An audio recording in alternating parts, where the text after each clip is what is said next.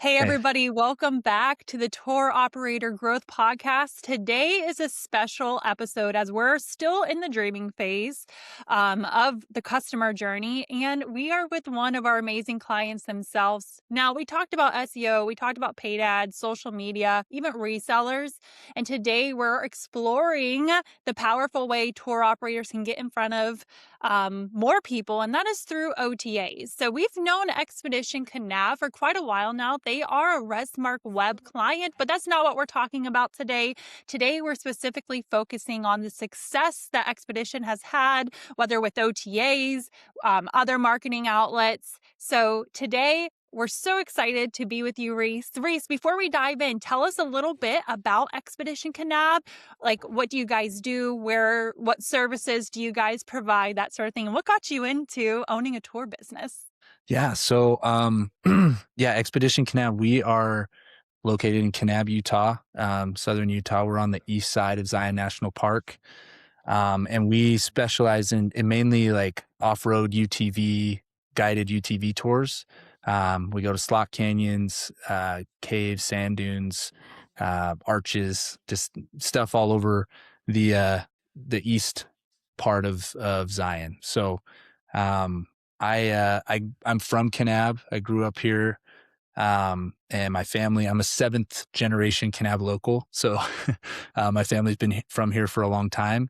And, after I graduated high school, I moved away, and was living in a lot of different places, sales jobs and stuff all over the country. And I just never found a place that I liked living more than Kanab. There's just no place like home. And so, at the beginning of 2020, we decided to move home to Kanab, and we're like, hey, we're going to start a tour business. And then we all know what happened in 2020. So I was like, well, great, I'm going to start a tourism business and nobody's traveling. It's a great idea. And so we were pretty concerned about that decision, but we were here. And so we're like, hey, we're just going to go for it. And it turned out to be a blessing in disguise because everybody wanted to get outside. So it worked out really nice for us. And we ended up having, it was so busy here in Kanab in 2020 and 2021, just people flocking from the cities to get outside and get some fresh air. So it worked out great. We started and just kind of hit the ground running. And yeah, I just wanted to show people my hometown and the places I grew up going to, and it's been really fun. That's awesome. Before we get into the beef of what we're gonna talk about, which is OTAs, how did you knowing it was COVID, it was a new business, how did you kinda get your business out there to people? Was it just a website? Were you doing marketing? Were you on OTAs? How were people finding you originally? Yeah, so I built a website. I was like, I need a website if I'm going to have a business. So I built a website, just built it by myself for that first season, and then obviously got listed on TripAdvisor, specifically TripAdvisor, and I think we ended up doing a good percentage of our business that first season from TripAdvisor, and getting on that specific OTA. And then we also did a good amount of direct bookings, which was pretty, and I think that was just like kind of lucky because everybody was looking for something to do here in Kanab, and there were so many people visiting. And so that worked out really nice for us. Because our website had no history or no SEO or nothing, but people were finding us. So it worked out. Yeah, it's probably good timing because I remember COVID really being that time where everyone was like, "Let's go explore places we've never been." I actually Yeah. went to Kanab in 2021 with my Okay. family. So you were That one of was those. You were one of Yeah, we those. were one of those. We didn't do tours, we just kind of explored the caves and Yeah. slot came around and stuff, but It it felt like, was it was busy there, and a lot yeah, of it people. felt like all of California was here at some point Yeah, during. that's awesome. Yeah. So, you kinda started early with TripAdvisor a little bit. What OTAs are you currently on, or have you used in the past, and why those platforms?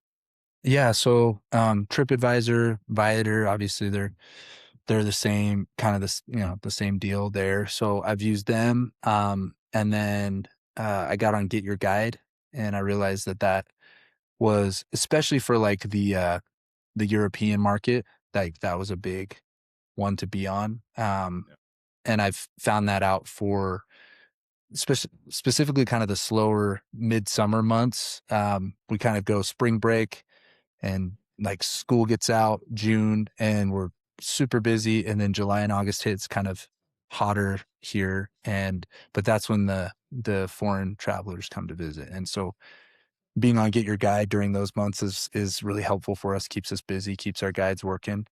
Um, and so those are the two main ones that I've used. And they've done, pretty good work for me overall. Do you happen to know what percentage of your bookings come from OTAs compared to your other lead sources? And if not, do you know where the majority of your lead sources are coming from? Yeah, so this will probably lead us to maybe a different direction. But I just checked before we jumped on. Last year, we had less than 5% of our bookings came from OTAs. So I realized early on, I was like, okay, this is really nice to have customers, right? Um, but I realized pretty early on that I wanted to kind of get away from OTAs as much as I could, just because I like there's a few reasons, but I like the control that I have over the customer experience and the customer communication on the upfront if I can get them direct. And then obviously I make more money if they find us directly, right? And so I've kind of shifted my business model from the beginning to what we're doing now is we're really focused on direct bookings and not as much OTAs. You made that shift, and I think that's an important thing for tour operators to understand as well because I mean, OTAs are still 5% of your bookings is not a huge amount at all. And I think the overall goal is to drive more direct bookings. So where would you say the majority of your lead sources are coming from the direct bookings? Is it from paid ads, email marketing? I mean, we do a lot with you with the marketing aspect. So from Yeah. your perspective, referrals, where are most of your leads coming from? Yeah, so I mean, right now still most are Google, um, and SEO, like organic SEO, people finding us that way, and then Google Ads. We run a lot of Google Ads. So I'd still say majority is Google, but we are branching out into, um, we do get a lot of repeat customers or referral business just from people that have been with us because this is I think our sixth season or going into our sixth season now. And so we've had enough customers come through, and we try to keep in touch with those customers through email marketing and have some referral programs there. Um, and then the other thing that we're really pushing hard right now is social media. So you can find me on TikTok. Yeah, you'll see my face on there a lot. Nice. You're And it's doing been great stuff, Reese. You're doing amazing. yeah. Yeah. So TikTok, Instagram, I've really found to be, and I'm just really starting, like I started doing it a few years ago, but it gets it gets hard, you get busy, and to try to keep consistently making content is tough. Um, but this year I was like, I'm gonna do it. So I just been forcing myself to get it done. And yeah, we've seen like a huge uptick in bookings. It's so funny when the bookings come in every time, and I'm like, we have a question that says, how'd you hear about us? And when it says TikTok, I'm always just so stoked, you know. Yes, My TikTok. hard work is paying off. Yeah. And So That's I don't awesome. wanna veer too far from OTAs, Greg. You could ask your question, but I do know a lot of tour operators listening to this, like, they they are thinking about dabbling and, posting on social media, but maybe they're afraid to take that leap. What would you say to those tour operators? Um, why would you encourage them? Or, like, what's, like, an easy step for them to do social yeah. media? um, well, I would just say I've always I've felt those same feelings before. I'm just like nobody wants to see this ugly mug on TikTok or Instagram. Like nobody wants to see that all the time. But I realized it it's it doesn't matter, even really how many views you get. Like obviously we have some videos that get a lot of views and it's great. But when you really narrow it down, and I think when you understand your numbers and how much a customer is worth to you, and you narrow it down to like, hey, I need to get 100 or 200 customer extra from social media for the year, and I'm making like this much money, then it really doesn't matter like how many views you get. You get 100, you get 50, you get 100,000. Like, as long as those people know that you're there and they're planning their trip, and then they book with you, like it doesn't matter. You don't have to be famous on TikTok to make it work. You just got to be talking to your target audience, and they'll find you. So I love that. yeah. You said something before we got on TikTok a little bit about how you kind of the relationship you build with customers post trip, and how you try to, nurture them still, and have them become repeat customers again. Yeah. What's your experience with that when they came from TripAdvisor or Viator? Are you able to turn them into repeat customers as easily? Is there roadblocks? What have you done in the past to help that as well? Yeah. I'd say it's more difficult to have that communication with the customers from OTAs. Just because we don't have as much info on them, like their emails, we have their phone number typically, but we don't have like an email campaign or an automated campaign, which we do with our direct customers. And so, really the big thing is with the OTA customers is just trying to take care of them the best we can once they get here. And then try to get the reviews from them. Or at least the good ones, right? 5-star ones. Yeah. Um, and so that's all I've really done. I haven't put a ton of effort into trying to figure out how to keep in touch with those specific customers, and we don't have a ton of them right now. So we're really focused on nurturing the customers that come to us directly. The customers that didn't come to you directly in the past, do you think that there's a specific reason why they're relying on OTAs versus or even the 5% that are still booking with you through Mm. OTAs? Is there a reason why they're going to TripAdvisor, Viator rather than your website? Yeah, I mean, I think no matter how much I spend on Google Ads, I don't think I'm gonna outspend Viator or TripAdvisor on Google Ads. And so I think sometimes, and then I do think that there's a lot of trust that's been built with people and TripAdvisor, where it's just like, hey, I know I can book, or with Get Your Guide, like I know I can book here, and this large corporation is going to take care of me.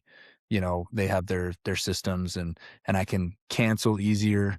Um, those type of things on the OTAs, and so I think some people are just really comfortable on TripAdvisor, and so I want to have my listing there, because if people are comfortable there, then we'd love to have them ride with us, even if they are coming from TripAdvisor. We're not like, hey, you TripAdvisor people, we don't like you.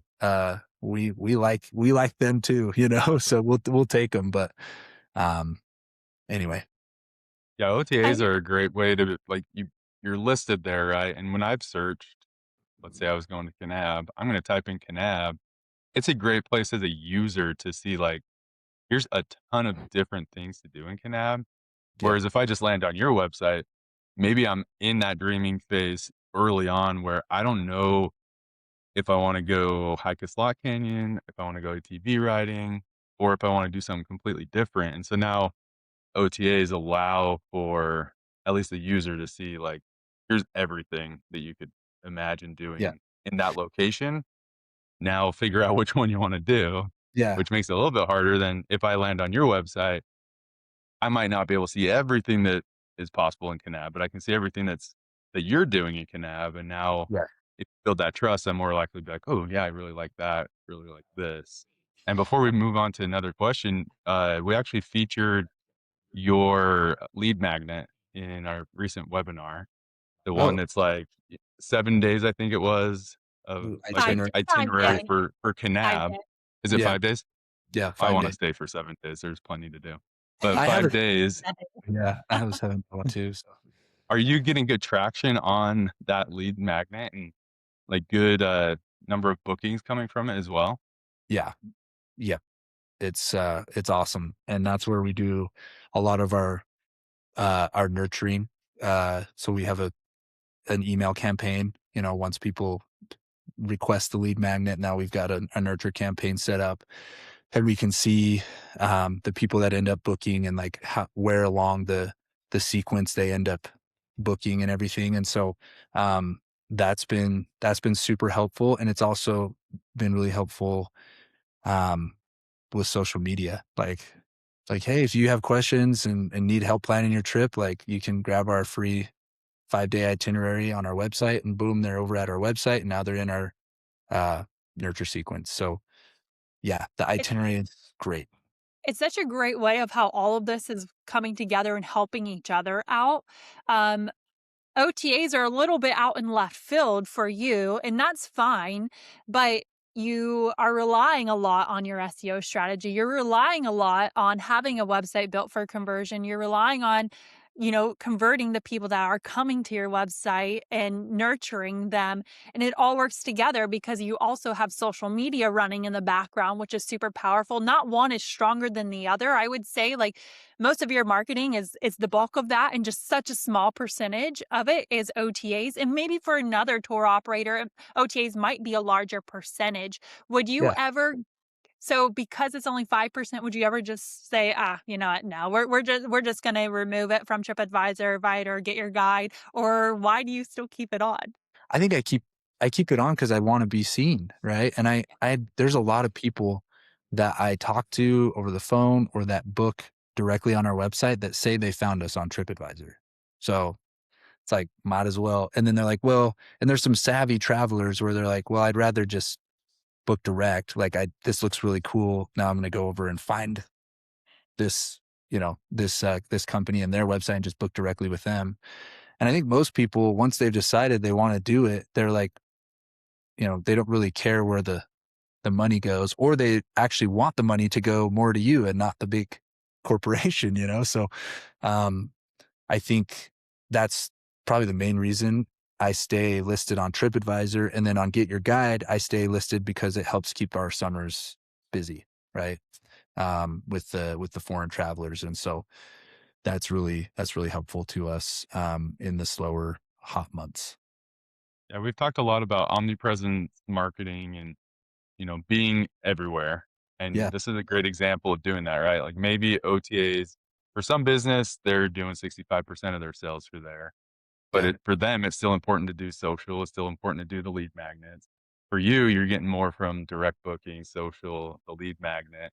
But it's still super valuable to have those listings on OTAs because it, like you said, it might be that people are finding you there, going direct and booking, and you have no clue that they actually found you there. And so it's an attribution that you can't track.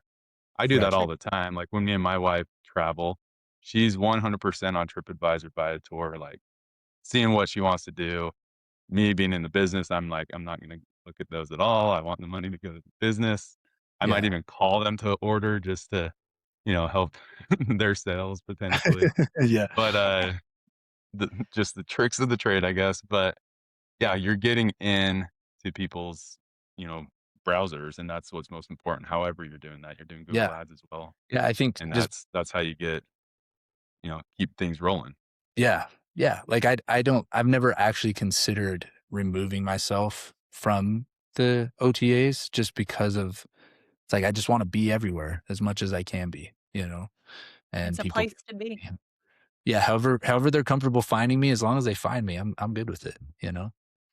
There's a lot So of tour operators that I've like talked to personally in Facebook groups and stuff, and they refuse to go on to any OTAs because of the commissions, and they are high. And obviously, like I said, the goal is going to be to increase direct bookings, more money.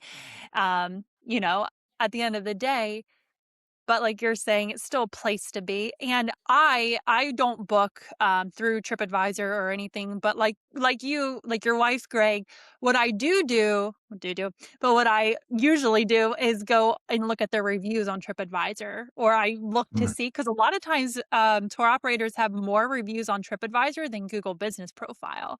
yeah. Um, You know, a lot of tour operators, Rhees, I'm assuming you're pushing people to leave you Google business reviews rather than reviews on TripAdvisor. Yeah, Yeah, that's so going to be the main push. But yeah, the first couple years, I think most of my reviews went to TripAdvisor, and I think there's like a couple hundred on there.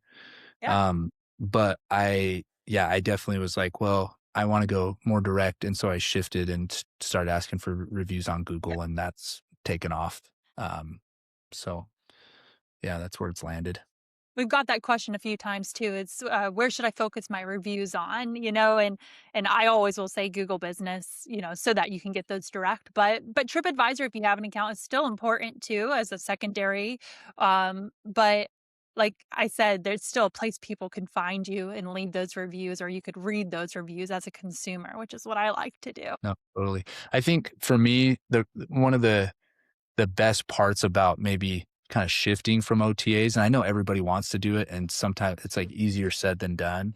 But the best part about it for me is just being able to understand my numbers better. So like I know what I make from each direct booking. And you can do that too with the OTAs, but it just throws them off when there's a 25 or 30% commission, right?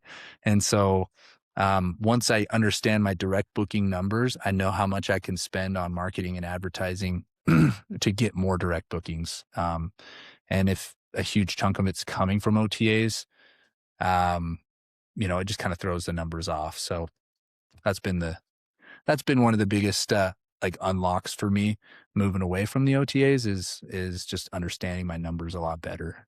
Cool. Do you think that there's anything that tour operators misunderstand about OTAs? Good question. Uh, I think that this might be a hot take, but I think that they they miss a lot of operators think that that's the only way, right? And and it's just not like, but you have to put in some work on the outside to make it happen.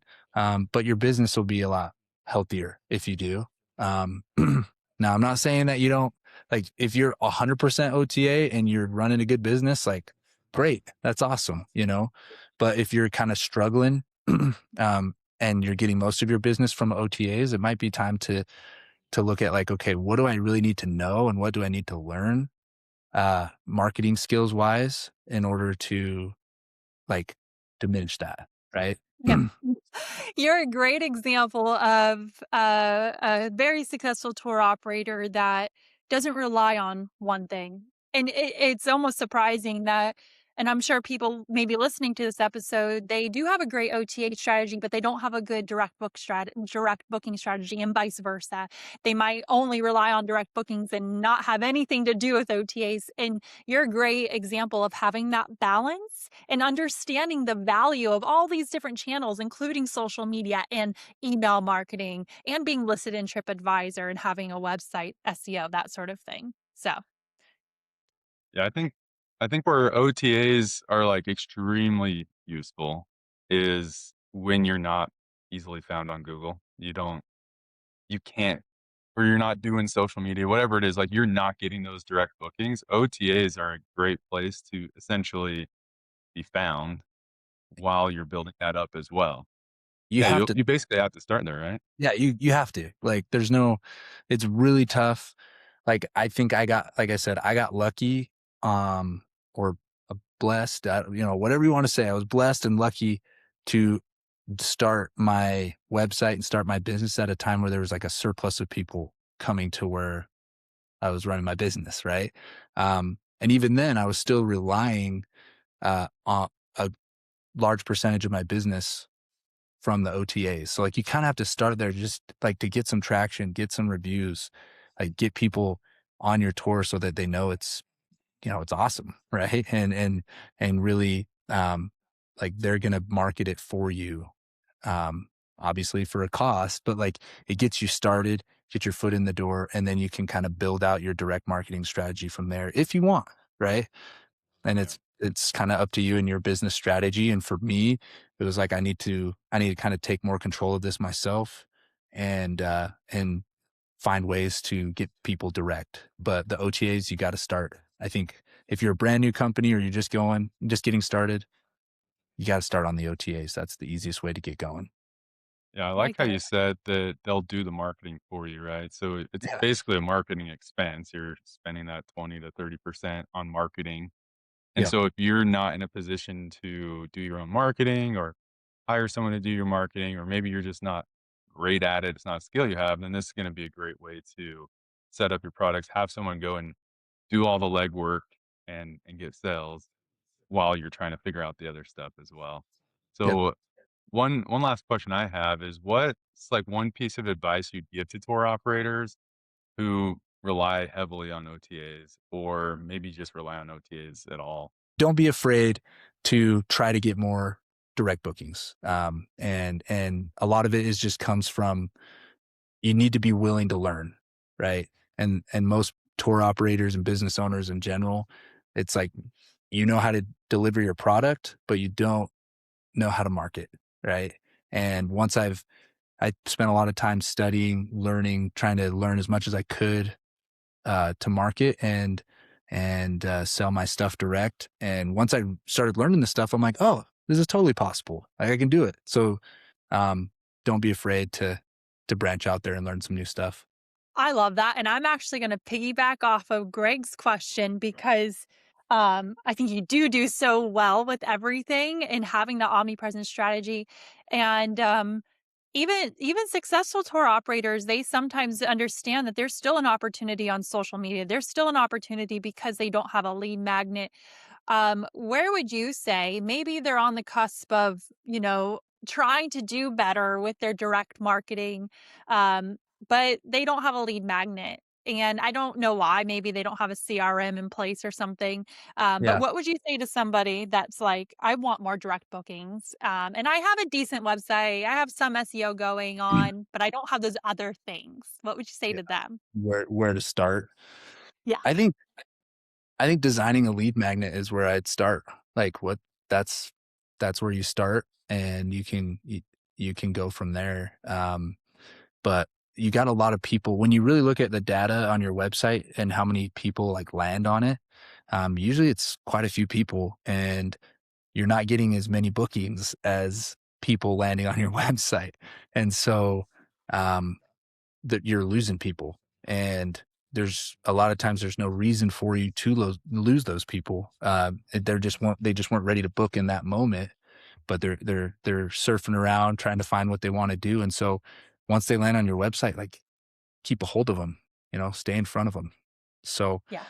that's that's where I would start. I think there's a stat like 98% of people who go to your website aren't ready to book just yet. So the people that do land on your website, let's capture them with a lead magnet so we could just keep getting in front of them over and over again. And then while they're still contemplating about booking, they now see Reese on TikTok. And then maybe Right. they go over and Google and your TripAdvisor link comes up. And then maybe you're showing up organically. And then it all just comes together, you know? Yeah. So, Yeah. We got to get in front of people. And I think a lot of times, like, it's hard to imagine what a lead magnet should be. Um, and I think a lot of tour operators like myself, small businesses, like you probably answer tons of phone calls, answered tons of questions that people have about your tours, obviously specifically, but also the area. Like I've answered the phones for 5 years straight. I know all the questions that people have when they're planning their trips, and so just take what you know that people are asking, and then make something out of that to give people, right? And just provide like as much value as you can and people love you for it. They're like, my vacation has been amazing. It's so fun.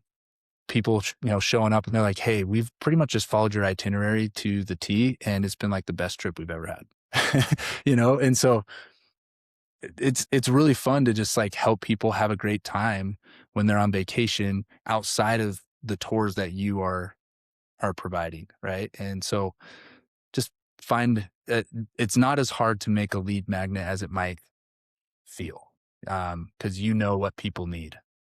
Especially with what, AI now, I think it makes it even easier, right? Because maybe you have AI chat or a chat, live chat, whatever it is, on your website. You have phone calls, maybe you're recording those. You have all these different reviews and everything, you can compile those all together, Yeah. have AI kind of run through it, and also generate some ideas of, hey, these are some good ideas of what people are asking, and maybe some ideas for what a good lead magnet might be. Obviously, you have the things in your head as well if you're the one answering the phones, or you have a Yeah. good way of understanding those things. It's just a great tool to get you that much further along and Yeah. come up with some good ideas as well. I think our nurture sequence on our email is literally just like me and answering frequently asked questions or fixing problems that people have on their trip. And it's like super simple. Like there's really no pictures or anything. It's just like, hey, don't forget there's a time change between Las Vegas and Utah, right? Don't forget that. Important. Also, if you want to book a tour, you can do that right here. So it's just, and it doesn't feel salesy at all, right? And that was something I was worried about, is just like, because I hate like the constant like barrage of sales like emails. Like my inbox has like 15,000 unopened, you know, uh emails from companies. And so it's like that's so annoying. But when I'm just telling them something that they will be very happy to know, and it will help their trip, like I don't feel bad about that at all. So and people love it. I loved it. I did sign up for for the lead magnet last year. I was one of the 5,000, and I received the emails and everything. And I'm sure you have a really high open rate on those emails. One Yeah. last nuanced question. This is not about OTAs, but I do think that the audience might want to hear this. Is what are you using on the back end to automate those emails? Yeah. And how did you build? Like, did you use any tools to build out the lead magnet? Yeah. So I use um I use Drip, which is the email software, and that's because it just has a good integration with the booking software that I use, and so I can easily kind of filter out like these people booked, and so I want to send them this email, and it just integrates really well. So and Drip is a good system. So I use Drip. I use a tool called Travify for the itinerary, and yeah. So I just built it myself. So, and then I use ChatGPT to help me a little bit I love because it. that's what ChatGPT does. So, Yes. yeah, I just had it help me kind of write the descriptions and the things that I wanted to put in the itinerary, and then I put it into Travify. Now it's a digital link. What's cool about that link is that I can see how many views is it that itinerary Mm. gets, and when people are viewing it and everything. Doesn't say exactly who's viewing it, but it just tells me like, hey, well, you've had 5,000 views on this itinerary in the last 3 months or whatever. So that's pretty cool, and I enjoy using it. And then Yeah. you could attribute when somebody does book with you, you could see, did they download the lead magnet? So it's, Yeah. you know, that's awesome. Rachel, thank you so much for sharing your insights today. We did veer a little off from OTAs, but I think that this conversation is really important because your story doesn't look the same as somebody else's, and your success looks different than somebody else's. And yes, you still have 5% of your bookings from OTAs, but you're directing a lot of it to direct bookings, and that's where your effort's going. But you still see the importance of OTAs as well. So I love that. I think that this is a conversation a lot of people need to hear. So thank you so much for joining us today. And thank you, everybody who is listening to another episode of the Tour Operator Growth Podcast. We'll catch you on the next one.